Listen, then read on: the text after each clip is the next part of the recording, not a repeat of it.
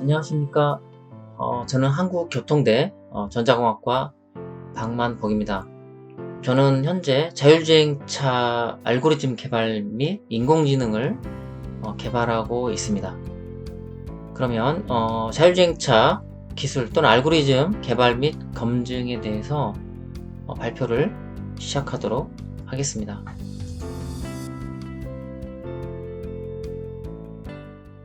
저는 회사에 좀 경력이 있고요. 현재 자율주행과 인공지능을 개발하고 있습니다. 오늘 말씀드릴 내용은 자율주행차의 개요, 자율주행차의 시스템 구성, 자율주행차 알고리즘 개발 및 검증, 그리고 향후 계획에 대해서 말씀드리도록 하겠습니다. 자율주행차 가요는 너무 많이 들으셔서 다른 내용을 좀 준비해 봤습니다. 자율주행차가 크게 이제 양대 진영으로 개발 구역이 나눠져 있다고 생각하시면 좀 이해가 좀 편할 것으로 생각됩니다. 그래서 그 한쪽은 양산 차량 업체 중심으로 개발이 되고 있죠. 현재 이제 운전자 지원 시스템 또는 뭐 스마트 자동차 이런 식으로 양산을 계속해 오고 있는 기업체들이 있고요. 또 현재 이제 ICT 업체들 중심으로 신흥 세력들이 좀 존재하고 있습니다. 굉장한 어떤 자금력, 그 다음에 좋은 센서를 기반으로 개발을 이제 진행을 하고 있죠. 비교를 해보면 양산업체와 이제 ICT 업체 등의 신흥 세력들이 있는데요. 양산업체들은 주로 쓰는 센서들이 전방 레이더, 뭐 전방 카메라, 후방 레이더, 초음파. 물론 여기에 이제 레이더가 점점 늘어나고는 있습니다만 기본적으로 레이더 카메라 뭐 이 정도를 쓰고 있는 거고요. 이 ICT 업체들은 이제 좀 고가의 레이저 스캐너, 그다음에 고정밀 GPS, 뭐 레이더 카메라 쓰고 있죠. 그래서 센서부터 좀 다르고요. 가격대가 당연히 이제 뭐 비교할 수가 없는 상태죠.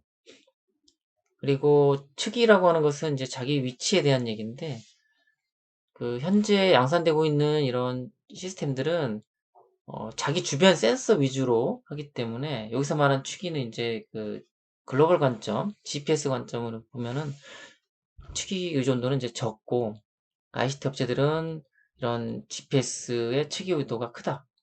그렇기 때문에 축이 의존도가 크기 때문에 당연히 어, 지도에 대한 의존도, 그 정밀지도죠. 정밀지도의 의존도 이런 것들이 크게 작용을 한다. 그래서 센서의 양산성을 보면은 아직까지 뭐 레이저 스캐너나 라이다라는 것이 많이 양산되고 있지 않습니다. 그래서 양산성에서도 차이가 나죠.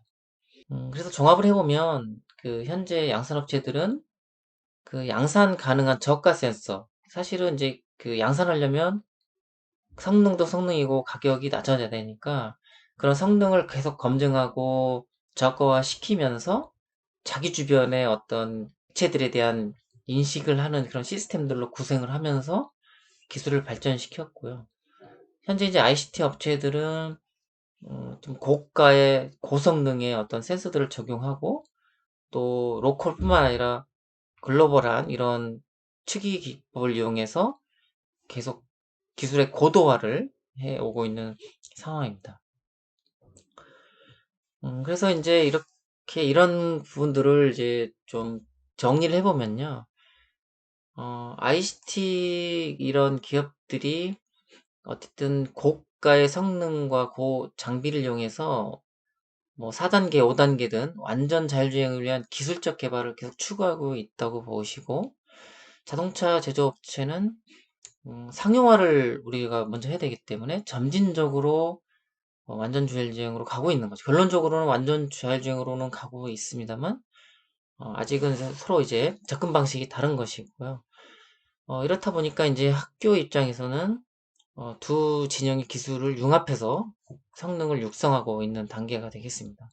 그리고 현재 이제 계속적으로 두 진영이 이제 뭐 싸운다기보다는 서로 융합을 해서 서로의 기술의 장단점을 이용을 해서 점점 완전 자율주행으로 가기 위한 그런 것들을 진행하고 있다고 보시면 되고, 학교에서도 그런 거에 맞춰서 진행을 하고 있습니다.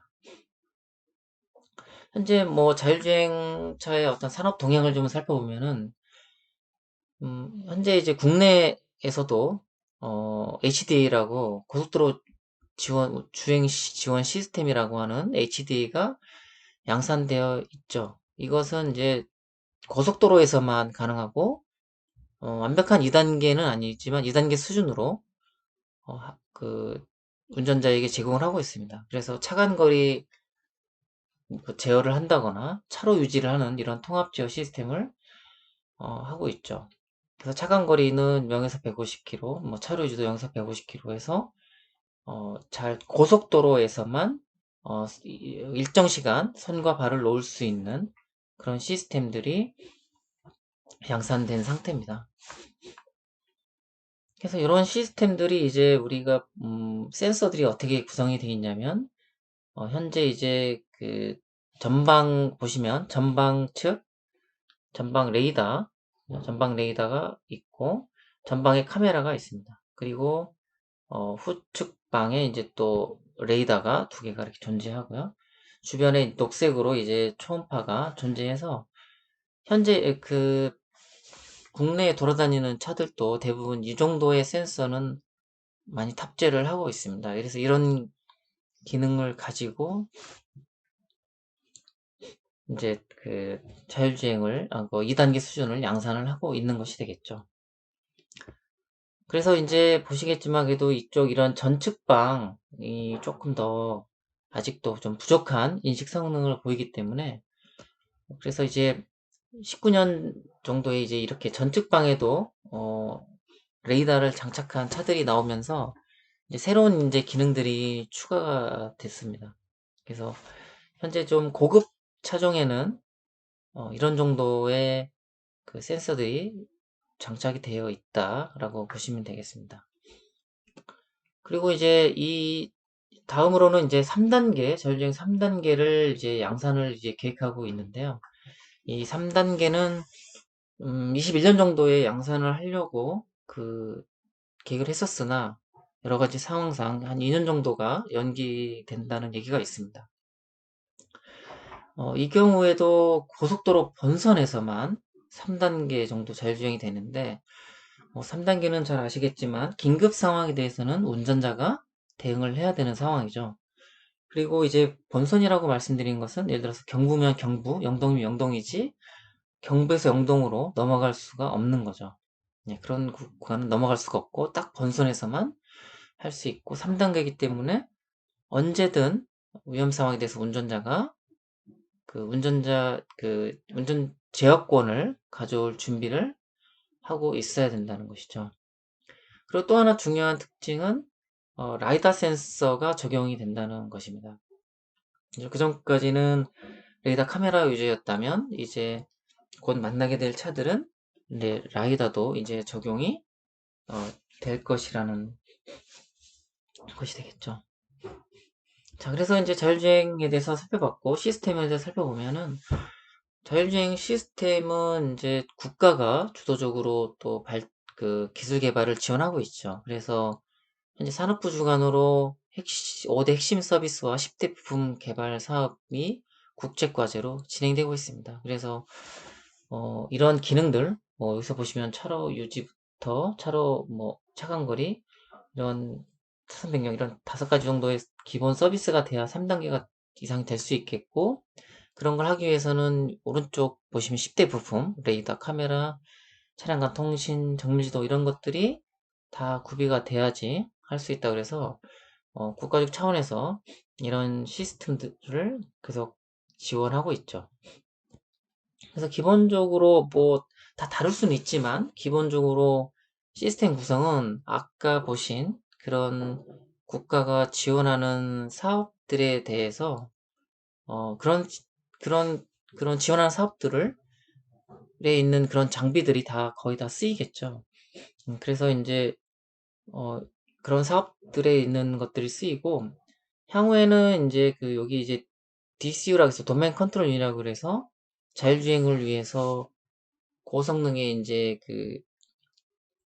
처리 장치가 들어오면서 이 다양하고 복잡한 이런 센서들, 이런 정보들을 융합하는 과정에, 그리고 이런 걸 판단하고 하는 과정에 이런 도메인 컨트롤 유닛이라고 하는 그 자율주행을 담당하는 그런 이제 이슈도 적용이 될 것이라는 것이 되겠죠. 그래서 이제 양산 업체들도 이제 계속적으로 그 자율주행을 개발하고 있고요. 양산 업체들도 뭐 아까도 말씀드렸지만 라이다 같은 센서들이 적용이 되고 있지만 현재 일단은 계속적으로 레이더 카메라 위주로 계속적으로 개발하고 있고 레이더가 계속 추가가 되고 있는 상황이죠.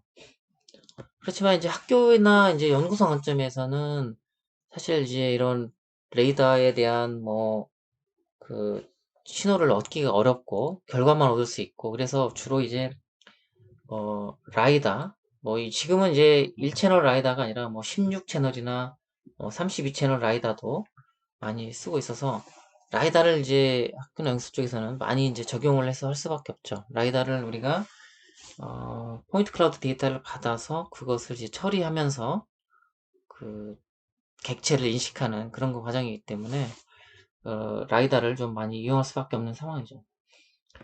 그래서 이제 저희 학교에서도 그 G70에 이제 그 플랫폼을 구축했습니다. 그래서 라이다가 지금 보시면 이제 전측방에 2개, 그다음 후측 후방에도 이렇게 하나가 있어서 총 3대. 그리고 사실 이제 여기 지붕 위에 이제 그 32채널 좀 좋은 거, 여기는 16채널이죠. 16채널이 있고 32채널인데 32채널은 주로 이제 검증용으로만 쓰고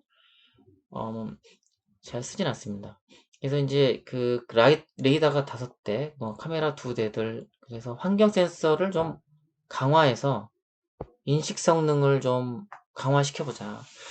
현재 뭐 제가 판단하기에 인식 판단이 좀 많이 중요한 상황이라서 이렇게 좀 많은 센서들을 장착을 했고 기술 고도화가 된다면 이제 뭐 센서 수를 좀 줄이거나 아니면 향후에 이제 V2X 같은 이제 다른 차량 정보, 인프라의 그런 정보들이 온다면 또 이런 것들을 이제 줄일 수는 있겠죠. 그래서 이제 이런 식으로 이제 플랫폼이 구성이 돼서 이런 것들을 가지고 연구 개발을 수행하고 있습니다.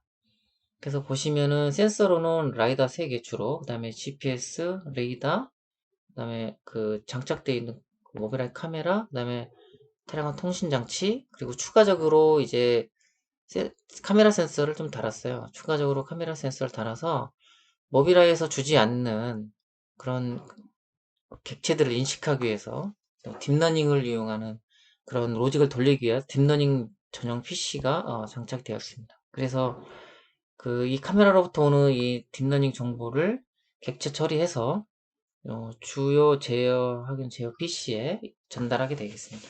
그래서 이 제어 PC에서 이 센서들로부터 오는 이런 정보들을 바탕으로 인식하고 로컬라이제이션하고 판단하고 제어하고 그래서 이 제어의 어떤 신호들을 결론적으로 ESC와 EPS를 통해서 가감속 제어 및 조향 제어를 수행하고 있죠.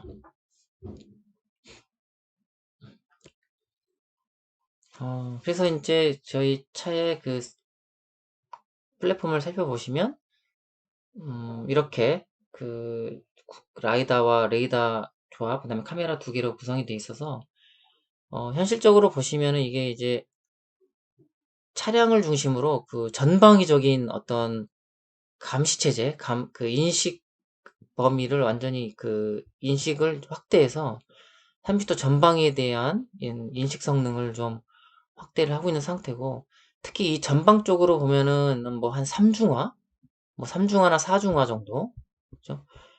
전방이 특히 중요하잖아요. 그래서 이 센서가 인식을 못할 경우도 있고 그래서 3중화, 4중화를 통해서 계속적으로 이 전방 쪽은 정확하게 좀 인식을 해야 되지 않습니까? 그래서 이 전방 쪽의 인식을 강화하고 그 환경 센서 및 VTX를 융합하기 위한 이런 그 정보들을 융합해서 개발을 계속 진행하고 있습니다.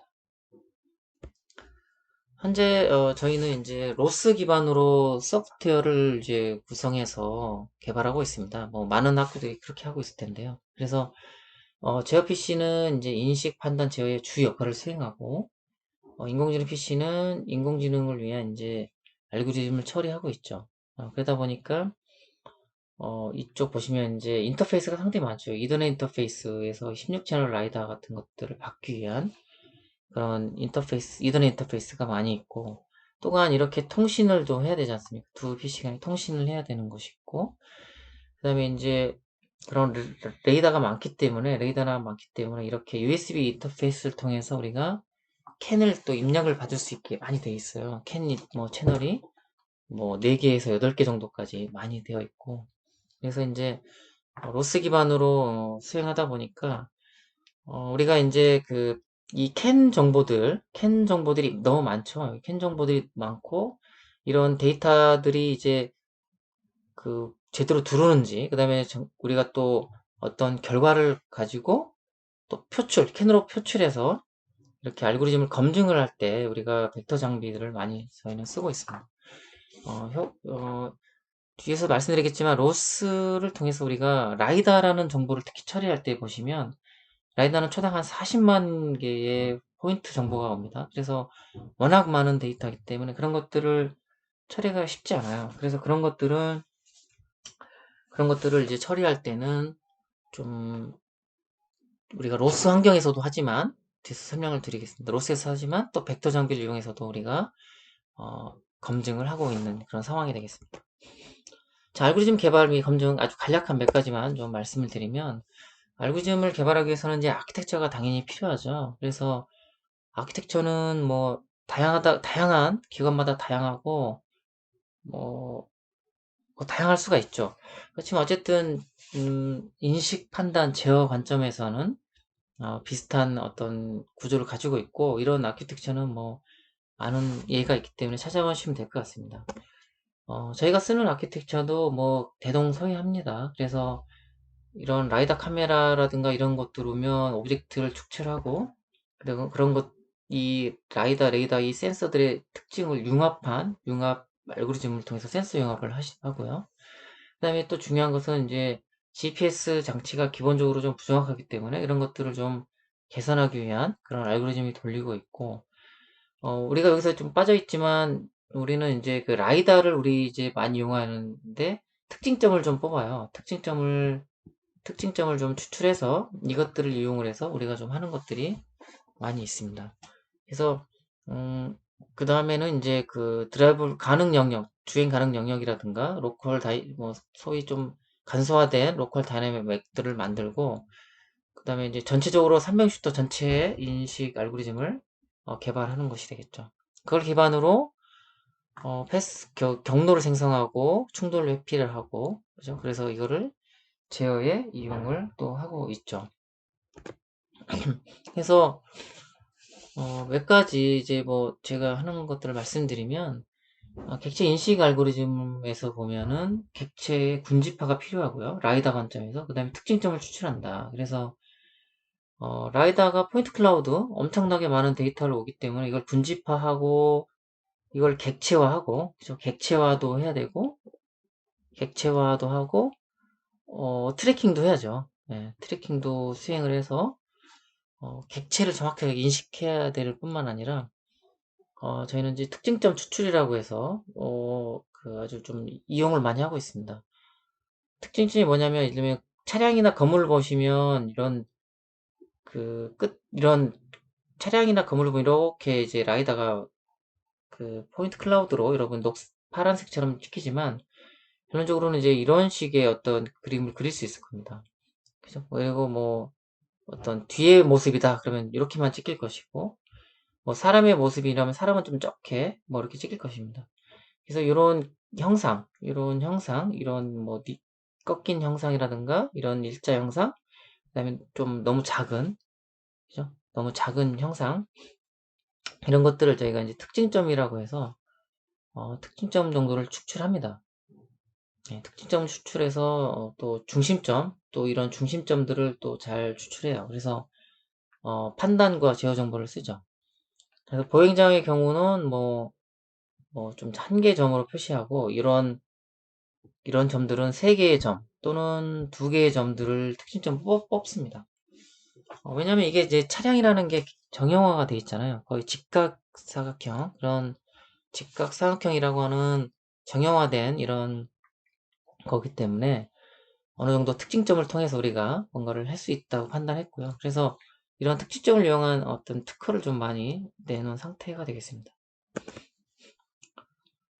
그리고 또 이제 모빌아이 센서에서 오는 것들은 뭐 차선, 차량, 보행자 등에 대한 이제 객체 정보들이 오고 있습니다. 그래서 현재는 저희가 이제 이거는 이제 갖다 쓰고 있는 상태고요. 우리가 이제 도심에서건 뭐 이런 데서 우리가 3단계 이상을 하려면 객체 인식이 상당히 중요합니다.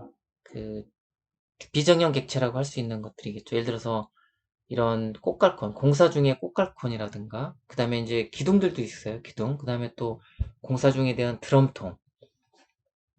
그런 것들을 좀 인식하는 것이 필요하다고 생각이 됩니다. 그래서, 이, 현재 센서들이 제공하지 않기 때문에, 그, 추가 센서를 달았고요. 그래서, 물론 차량이나 보행자에 대한 객체 인식 당연히 이제 중복성을 확보하게 하는 거 있고요. 여기서 하는 것은 이제 주로 신호등, 그 다음에 횡단보도의 이런 횡단보도라든가 정지선. 그죠? 그래서 현재 그 계속적으로 데이터를 모으고 개선을 하고 있습니다. 그래서 실시간성을 돌아가야 되기 때문에 욜로 V3 롤을 통해서 하고 있고, 계속적으로 이 시내 주행의 데이터 또는 KCT에서 이렇게 주행을 하고 있는데요. 뭐 황색 신호등이나 이런 것들이 좀 적습니다. 그죠? 황색 신호등이 유지하는 시간도 적고 자꾸 다른 환경에서 많은 데이터를 얻어야 하는데 황색 신호등이라든가 이 뭐 좌회전만 있는 신호들은 데이터가 좀 작기 때문에 그런 것들에 대한 정확도가 좀 떨어진 상황이에요. 사실 녹색이나 그 황색은 그래도 아니 적색은 어느 정도 잘 되고 있는데 그런 것들이 좀 아직 많이 좀 미진한 상태가 맞습니다. 그리고 이제 횡단보도 같은 것들도 인식하고 정지선 당연히 인식을 해야 되죠. 신호등을 보고 우리가 이제 그 차량에 제어를 해야 되잖아요. 그 이런 신호등 정보를 VTX로 받으면 되지 않느냐, 그죠? VTX를 받으면 되지 않냐 하지만 차량 관점에서 봤을 때 VTX 신호가 잘 못 받을 수 있고 지연이 있을 수도 있고 여러 가지 상황이기 때문에 항상 최종 판단은 차량에서 해야 된다라는 생각입니다. 네, 물론 이런 VTX 정보 이런 것들을 받아서 우리가 하긴 하지만 최종적으로 위험상을 판단하고 갈지 말지 결정은 차량에서 해야 된다. 그렇기 때문에 이런 신호등 정보도 잘 우리가 인식할 필요가 있다. 그죠? 그리고 인식을 했으면 정지선 같은 경우도 잘 인식을 해야 되죠. 예, 물론 정지선 같은 경우도 정밀도 이런 데서 그죠? 정밀도 이런 데서 받을 수 있습니다. 네. 그래서 어쨌든 근데 이제 이중화 정보에 대한 이런 다중화를 통해서 우리가 융합을 할 때 더 정확하게 네, 할 수 있는 것이죠. 그리고 이제 그 계속 개발을 하고 있습니다만 인력성 성능 향상을 하고 좀 더 빠르게 하기 위해서 원 스테이지 알고리즘을 좀 연구할 예정이고요. 또 이제 공사 구간 같은 경우 감지하기 위해서 꽃갈콘이나 이제 드럼통을 저희도 많이 이제 하는데 세 가지를 하고 있습니다. 꽃갈콘, 드럼통, 그 다음에 기둥을 하는데 보시면 이 기둥이 여기 있는데요. 기둥하고 이 꽃갈콘화가 좀 비슷해요. 약간 그렇다 보니까 저런 부분들이 좀 많은 좀 그 긴식은 되는데 정확도가 떨어지는 거죠. 꽃갈콘을 이제 기둥으로 뭐 이렇게 왔다 갔다 할 수가 있는데 좀 그래서 그런 것들을 좀 더 그 인식 정확도를 올리자는 거죠. 개발 예정이라기보다는 개발하고 있는데 저 정확도를 좀 높이는 그런 과정이 있습니다. 그래서 저런 것이 잘 되면은 이제 아무래도 이제 제어나 판단에 더 많은 이로운 점이 있을 거로 판단됩니다. 또 다른 것은 이제 경로 생성인데요. 우리가 이제 뭐 2018년, 2022년, 20년 뭐 경진대회 그런 거 참여하고 있는데 전체적으로 이제 현재점에서 목적지를 찍었을 때 최적의 경로를 이제 뽑아주는 이런 경로 생성 알고리즘을 저희가 엑스트라를 통해서 전역 경로죠. 전역 경로를 생성하고 있습니다. 전역 경로 생성하고 있고 이런 것들은 뭐 또 장애물을 만나게 되면 또 다시 정력해서 성동해야 되고, 경로가 또 공사 중 차단이면 또 뭐 해야 되고, 뭐 이런 것들을 해야 되죠. 그래서 우리 기본적으로 이 로스에서 많이 하고 있고, 이 경로 생성이라든가 이런 것들은 파이썬 파일에서 주로 많이 하고 있습니다. 정지도 추출할 때는 파이썬에서 더 좋은 효과가 더 성능이 좋기 때문에 파이썬에서 주로 하고 있습니다. 그래서 또 로스와 로스 파이썬에서 또 왔다 갔다 하는 정보가 또 확인할 필요가 있는 것이죠. 그 다음에 아까 이제 특징점을 제가 말씀드린 이유는 특징점을 통해서 이런 전방 자동차의 특징점을 통해서 우리가 이제 차선 변경을 해야 되고, 또 어느 때 또 이 특징점을 찾아서 어느 때 또 다시 복귀를 해야 되는지, 이런 것들을 특징점을 기반으로 우리가 잘 하고 있는 것이죠.